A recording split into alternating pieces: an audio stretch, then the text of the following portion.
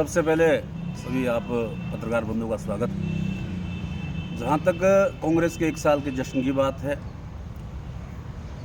और जहाँ तक बीजेपी की बात है, विरोध की बात है, तो विपक्षी पार्टियों का काम ही होता है कि वो विरोध करें।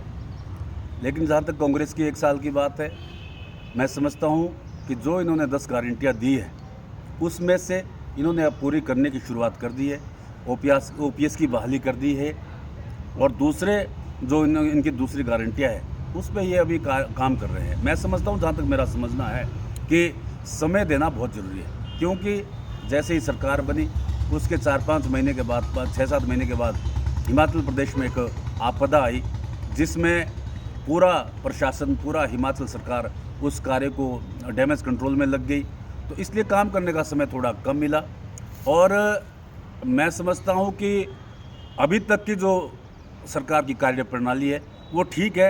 आगे कितना अपनी गारंटियों में, लोगों के वादों पर, जो लोगों के साथ वादे किए हैं, और उसके लिए अभी थोड़ा समय देना बहुत ज़रूरी है। अगर कोई इसके बारे में अभी कोई टिप्पणी करना, मैं समझता हूँ कि जल्दबाजी होगी। और अभी तक का जो कार्य है वो संतोषजनक है।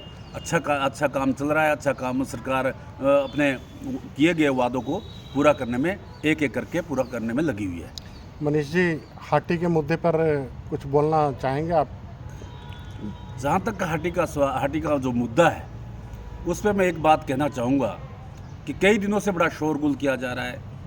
ठीक है, हम भी कहते हैं कि भाई ये बहुत जल्दी होना चाहिए, लेकिन इसमें एक आदमी को टारगेट किया जा रहा है। माननीय मंत्री हमारे हर्षवर्धन जी है।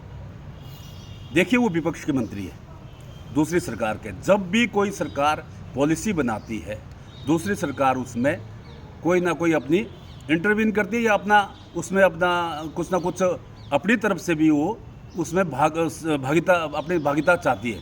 देखिए, जब जीएसटी लागू किया मनमोहन सिंह सरकार के टाइम, सबसे ज़्यादा विरोध मोदी जी ने किया था, लेकिन आज उसी को ही मोदी ने जीएसटी को लागू कर दिया है और पूरे देश में लागू है।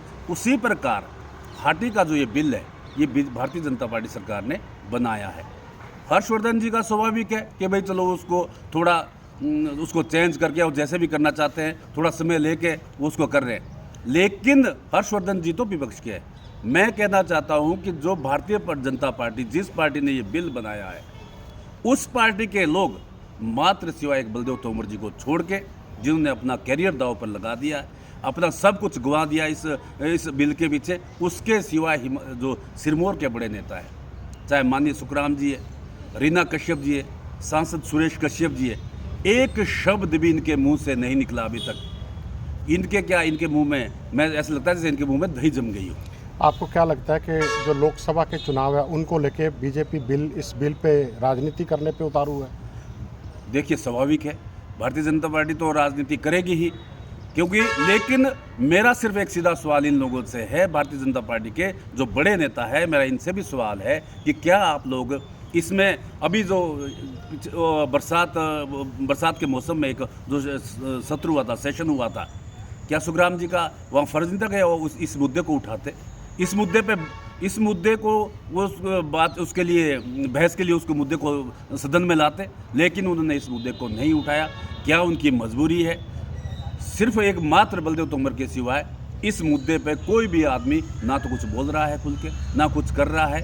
इसलिए हर्षवर्धन जी की तो दूसरी बात है, वो विपक्ष के हैं, उनसे तो हम बात करेंगे ही, लेकिन जो पक्ष के लोग, जिस पार्टी ने ये विधेयक बनाया है, उस पार्टी के लोग नहीं बोल रहे हैं। ये बड़ा दुर्भाग्यपूर्ण है और मुझे लगता है कि इस प्रकरण से ये लगता है कि उनकी मंशा भी नहीं है कि ये बिल पास हो भारतीय जनता पार्टी के लोगों के कुछ नेताओं की, जैसे सुखराम जी, सुरेश कश्यप जी और रीना कश्यप जी।